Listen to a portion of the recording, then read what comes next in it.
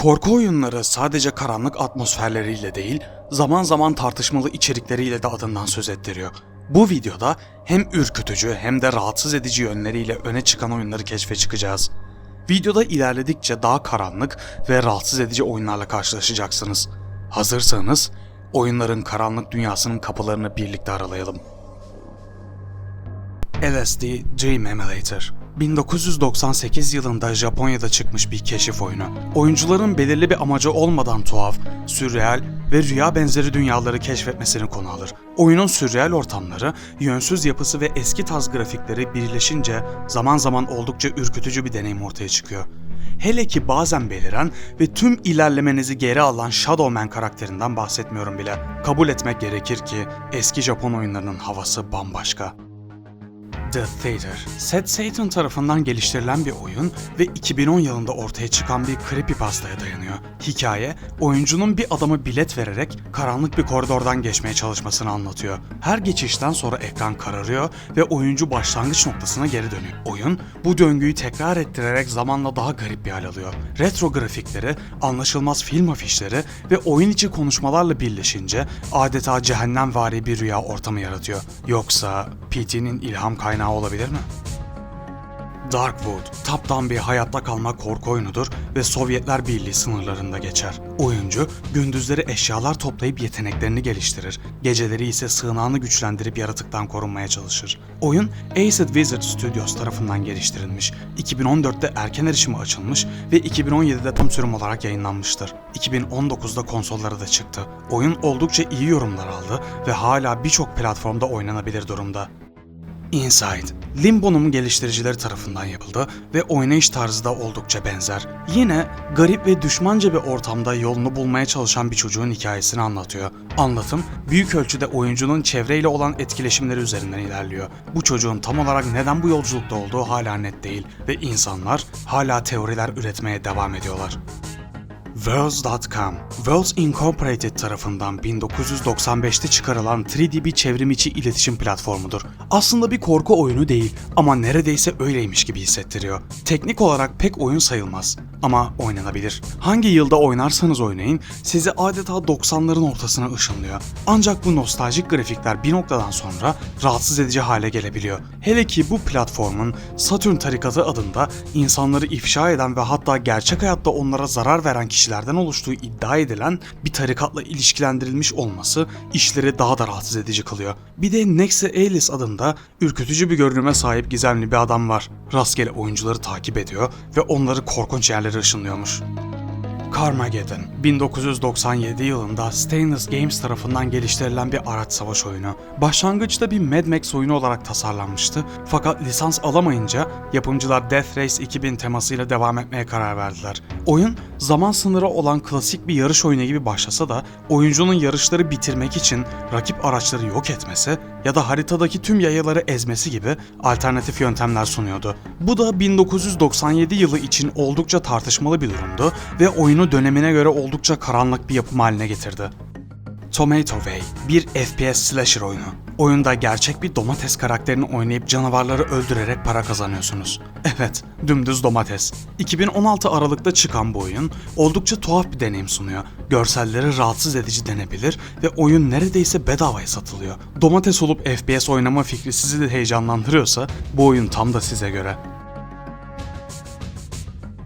Vapor, 2015 yılında geliştirilen bir korku oyunuydu. Geliştirici ekibin adını söylemeye çalışırsam antik bir iblisi uyandıracakmışım gibi hissediyorum. Oyunda bir büyücü işkence görüp idam edildikten sonra Araf benzeri bir yere düşer ve oradan dünyaya dönüp intikam almak için mücadele verir. Konsept ve atmosfer açısından etkileyici olsa da oyun bir sürü bug'la dolu olduğu için Steam'de yalnızca %37 olumlu oya sahip. Bu da oldukça düşük bir oran.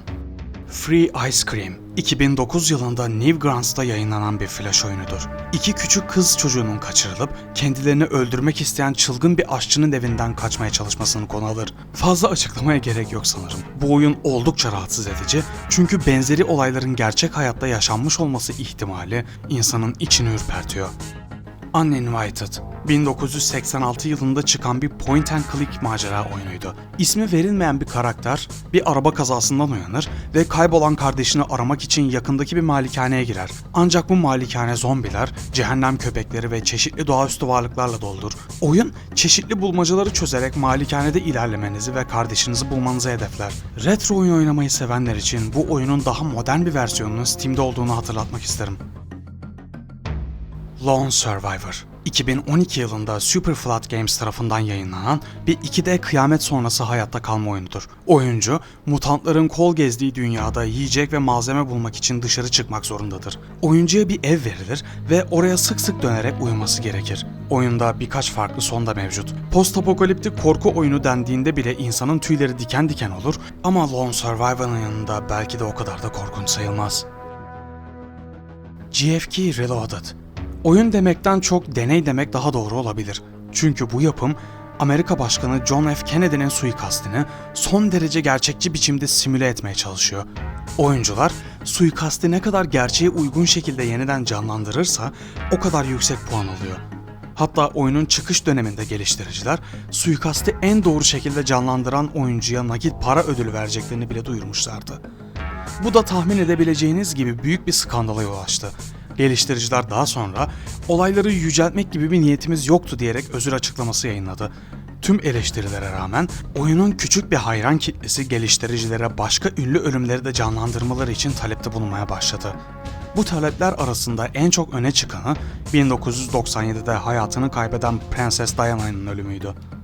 Ethnic Cleansing, 2002 yılında yayınlanan ve açıkça ırkçı ve saldırgan olmak için tasarlanmış bir FPS oyunu. Oyuncular ya tanınmış bir yerli teröristi, ya bir Ku Klux Klan üyesini ya da bir neonaziyi kontrol ediyordu. Oyunun ana amacı azınlıkları öldürmekten ibaretti ve bu karakterler iğrenç stereotiplerle resmedilmişti. Şaşırmayacaksınız ama bu oyun inanılmaz derecede tepki çekti ve nedenini açıklamama gerek bile yoktur sanırım. Oyun, Amerikan beyaz üstünlükçüsü bir grup olan National Aliens tarafından yönetilmişti ve bu grup benzer birkaç nefret temalı oyun daha geliştirmişti. Bu oyun muhtemelen tüm zamanların en mide bulandırıcı oyunlarından bir tanesi. 846. GFK Reloaded benzeri bir simülasyon oyunu. Bu sefer konu 11 Eylül 2001 saldırıları. Oyuncu, saldırıdan kısa bir süre sonra Dünya Ticaret Merkezi'nden mahsur kalan bir ofis çalışanını kontrol ediyor. Oyun oldukça kısa ve oyuncuya şu iki seçeneği sunarak sona eriyor.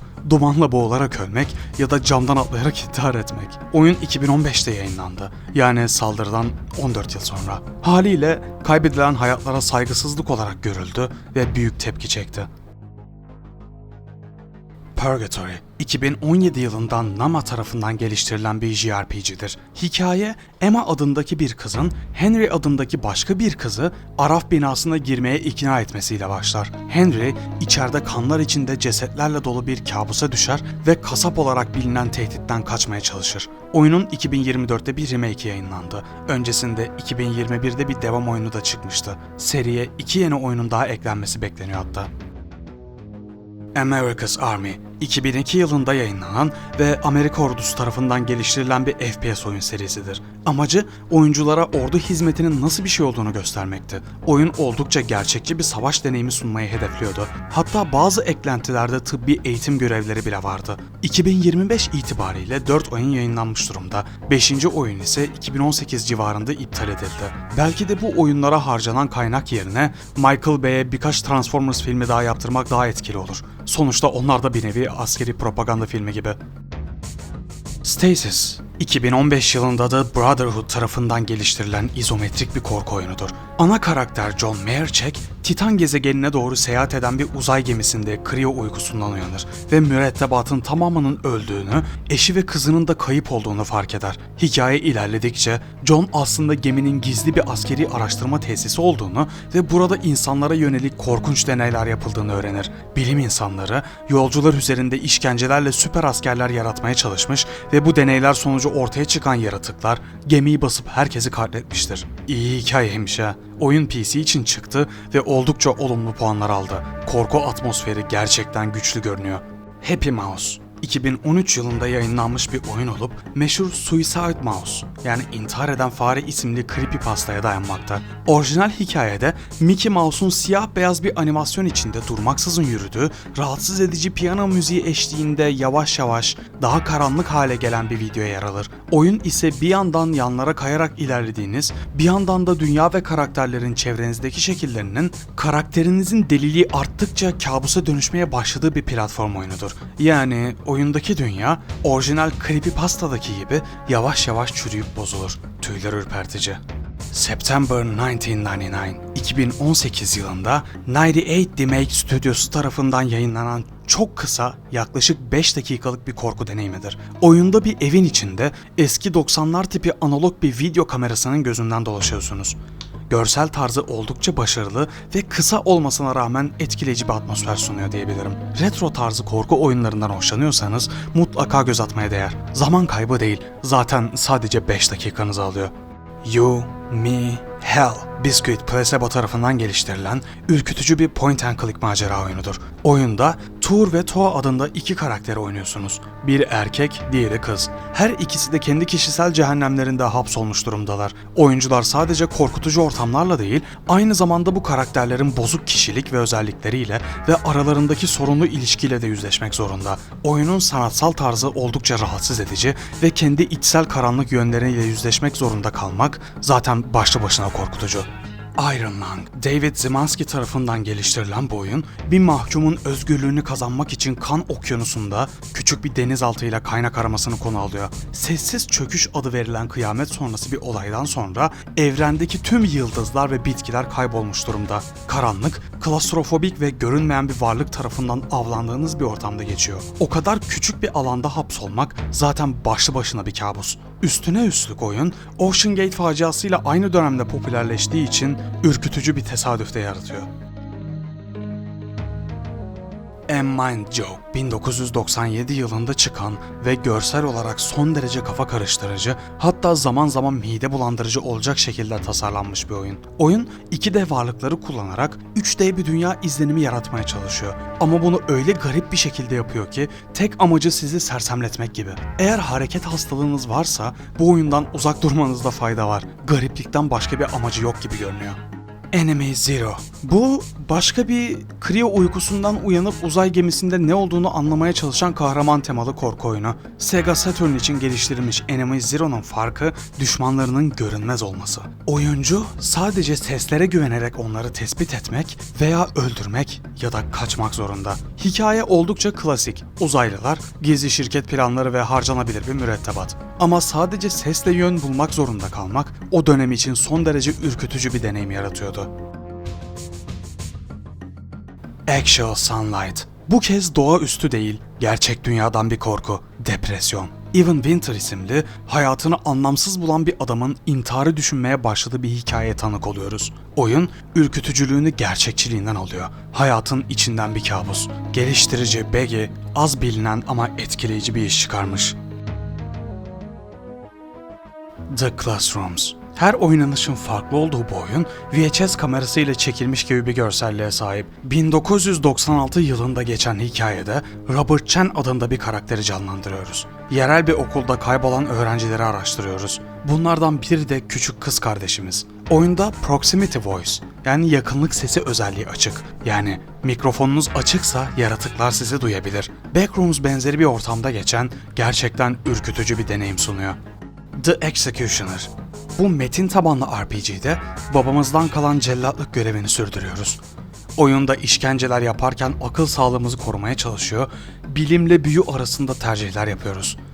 Ayrıca devrimcilerle ya da zalim sistemle işbirliği yapabiliyoruz. Acaba insanlığımızı koruyabilecek miyiz? Sacrifice Girl. Köy tarafından yılan iblislere kurban edilen genç kız Mo'yu kontrol ediyoruz. Cehennem gibi bir mağarada hayatta kalmaya ve köyünü kurtarmaya çalışıyor. Oldukça basit ama bir o kadar da rahatsız edici. Blood Soap. Bu kısa RPG Maker oyunu Mo isimli bir kızın 3 farklı erkeğe aşkını itiraf etmesiyle başlıyor. Sorun şu ki bu erkeklerin her biri gizli birer seri katil. Mo onların karanlık sırlarını umursamayıp iyi sonlara ulaşabilir ama çoğu son kötü bitiyor. Oyun, korku RPG'lerinde sıkça karşılaşılan kalıpları tiye alıyor. The Dark Eye. Edgar Allan Poe'nun hikayelerine dayanan bu oyun, hem kurbanın hem de katilin gözünden olayları deneyimlememizi sağlıyor. Oynayış oldukça kısıtlı ama karakterlerin tasarımları o kadar rahatsız edici ki insanı uykusuz bırakabilecek cinsten. Black Pill, God's Work. Burada birkaç tane iğrenç, aşırı ırkçı oyun var. Biri işini çeşitlilik politikaları yüzünden kaybeden beyaz bir adamın azınlıkları öldürmesiyle ilgili. Diğeri ise neonazi bir karakterin siyahilere, Yahudilere ve mültecilere saldırmasını konu alıyor. Bu oyunlar aşırı nefretle dolu ve YouTube başta olmak üzere çoğu yerden silinmiş durumda. Geliştiriciler ise sahte isimler kullanmış. Blood Rush. Bu NSFW yani yetişkin oyun. Clarissa adında bir suikastçıyı konu alıyor. Clarissa, yozlaşmış bir suç örgütünü çökertmek için bir polis memuru ile işbirliği yapıyor. İçerik bakımından oldukça sapıkça. Yani Rule 34 temasına sahip ama aynı zamanda bolca şiddet ve işkence de içeriyor. Anti-Japan War Online. Çin hükümeti tarafından Japonlara karşı nefreti körüklemek için geliştirilen bir MMO. Oyuncular, 2. Dünya Savaşı'nda Japon işgaline karşı savaşan Çin askerlerini canlandırıyor. Japonların Çin'de yaptığı savaş suçları temel alınmış. 2008'den sonra bu oyun hakkında pek bilgi kalmamış. Sanki internetten tamamen silinmiş gibi. Hainin aldığı yol. Güney Koreli sağcı politikacı Lee Ho-chang'i asmaya çalıştığımız bir flash oyun. Tahmin edebileceğiniz gibi bu bir Kuzey Kore propagandası. Oynamaya değer mi?